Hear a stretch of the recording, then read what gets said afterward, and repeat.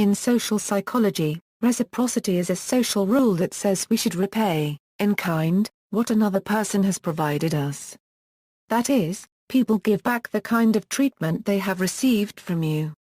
By virtue of the rule of reciprocity, we are obligated to repay favors, gifts, invitations, etc. in the future. If someone remembers us on our birthday with a gift, a reciprocal expectation may influence us to do the same on their birthday.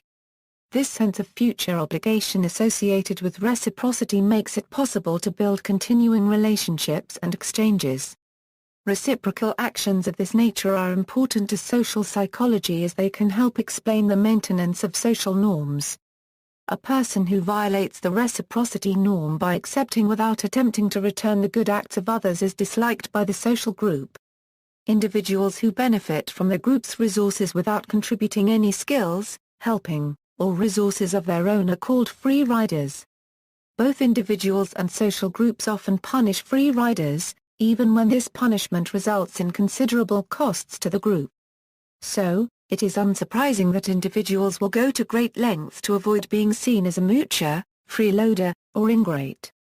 Reciprocal actions differ from altruistic actions in that reciprocal actions only follow from others' initial actions while altruism is the act of social gift-giving without hope or expectation of future positive responses. Some distinguish between ideal altruism and reciprocal altruism. For more information on this idea, see altruism or altruism. History: reciprocity dates as far back as the time of Hammurabi. Hammurabi's Code, a collection of 282 laws and standards, lists crimes and their various punishments as well as guidelines for citizens' conduct. The code was formalized example that demanded the individual act in terms of the public interest. The eye for an eye principles in which the laws were written mirror the idea of direct reciprocity. For example, if a person caused the death of another person, the killer would be put to death. Law number 196, if a man destroy the eye of another man, they shall destroy his eye. If one break a man's bone, they shall break his bone. If one destroy the eye of a freeman or break the bone of a freeman, he shall pay 1 gold mina. If one destroy the eye of a man's slave or break a bone of a man's slave, he shall pay 1/2 his price. Reciprocity was also a cornerstone of ancient Greece. In Homeric Greece, citizens relied on reciprocity as a form of transaction as there was no formal system of government or trade. In Homer's The Iliad, he illustrates several instances of reciprocal transactions in the form of gift-giving. For example, in Book 6 of the Iliad, Glaucus and Diomedes exchange armor when they discover that their grandfathers were friends. However, there were times when direct reciprocity was not possible, specifically in times of great need when a citizen had nothing to give for repayment. Thus, deferred reciprocity was also prevalent in Greek culture at this time. Deferred reciprocity refers to giving a person gifts or favors with the understanding that they will repay this favor at another time when the initial giver is in great need. This form of reciprocity was used extensively by travelers, particularly in the Odyssey.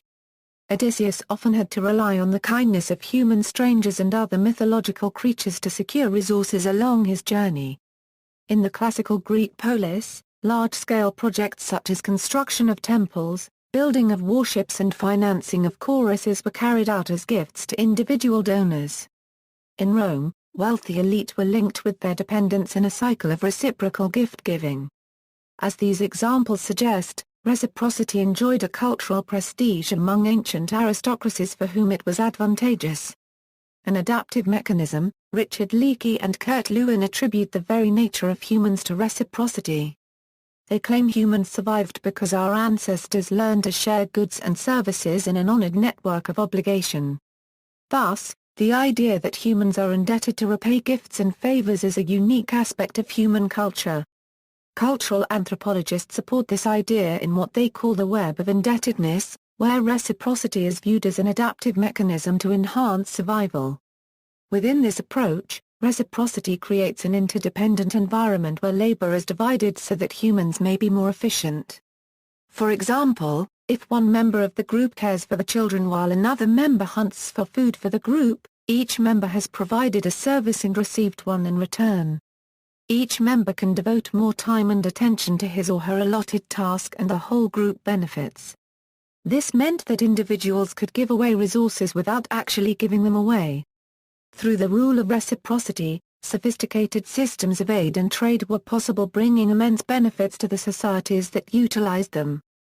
Given the benefits of reciprocity at the societal level, it is not surprising that the norm has persisted and dictates our present cognition and behavior. The power of reciprocity. Reciprocity is not only a strong determining factor of human behavior. It is a powerful method for gaining one's compliance with a request. The rule of reciprocity has the power to trigger feelings of indebtedness even when faced with an uninvited favor and irrespective of liking the person who executed the favor. In 1971, Dennis Regan tested the strength of these two aspects of reciprocity in a study where participants believed they were in an art appreciation experiment with a partner, Joe, who was really Regan's assistant. During the experiment, Joe would disappear and bring back a soft drink for the participant. After this phase of the experiment was over, Joe would ask the participant to buy raffle tickets from him. The more the participants liked Joe, the more likely they were to buy raffle tickets from him. However, when Joe had given them a soda and thus indebted them to reciprocate, it made no difference whether the participants liked Joe or not. The rule of reciprocity overpowered liking. Thus, individuals who we might not even like have the power to greatly increase our chances of doing them a favor simply by providing us with a small gift or favor prior to their request. Furthermore, we are obliged to receive these gifts and favors, which reduces our ability to choose to whom we wish to be indebted. In 1976, Philip Kunz demonstrated the automatic nature of reciprocity in an experiment using Christmas cards. In this experiment, Kunz sent out holiday cards with pictures of his family and a brief note to a group of complete strangers.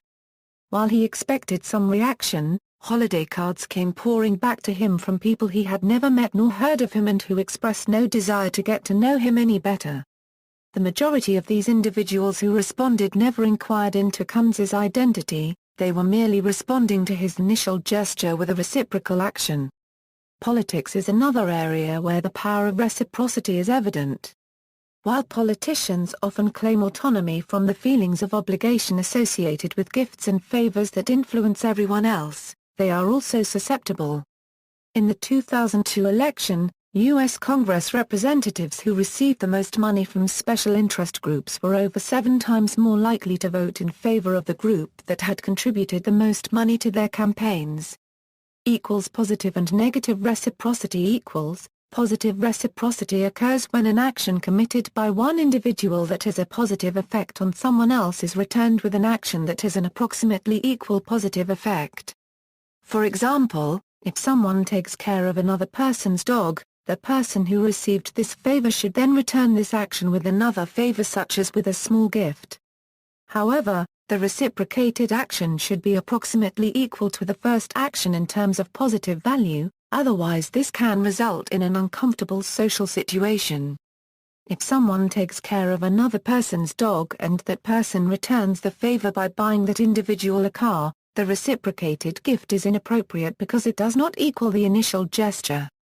Individuals expect actions to be reciprocated by actions that are approximately equal in value. One example of positive reciprocity is that waitresses who smile broadly receive more tips than waitresses who present a minimal smile. Also, free samples are not merely opportunities to taste a product but rather invitations to engage in the rule of reciprocity. Many people find it difficult to accept the free sample and walk away. Instead, they buy some of the product even when they did not find it that enjoyable. Negative reciprocity occurs when an action that has a negative effect on someone is returned with an action that has an approximately equal negative effect. For example, if an individual commits a violent act against a person, it is expected that person would return with a similar act of violence. If, however, the reaction to the initial negative action is not approximately equal in negative value, this violates the norm of reciprocity and what is prescribed as allowable. Retaliatory aspects, that is the aspects of trying to get back and cause harm, are known as negative reciprocity. This definition of negative reciprocity is distinct from the way negative reciprocity is defined in other domains. In cultural anthropology, negative reciprocity refers to an attempt to get something for nothing. It is often referred to as bartering, or haggling for more information. Reciprocal concessions. There are more subtle ways of initiating the reciprocity rule than merely doing something nice for someone so you may expect something in return. One form of this more subtle form of reciprocity is the idea of reciprocal concessions, in which the requester lowers his/her initial request, making the respondent more likely to agree to a second request. Under the rule of reciprocity, we are obligated to concede to someone who has made a concession to us.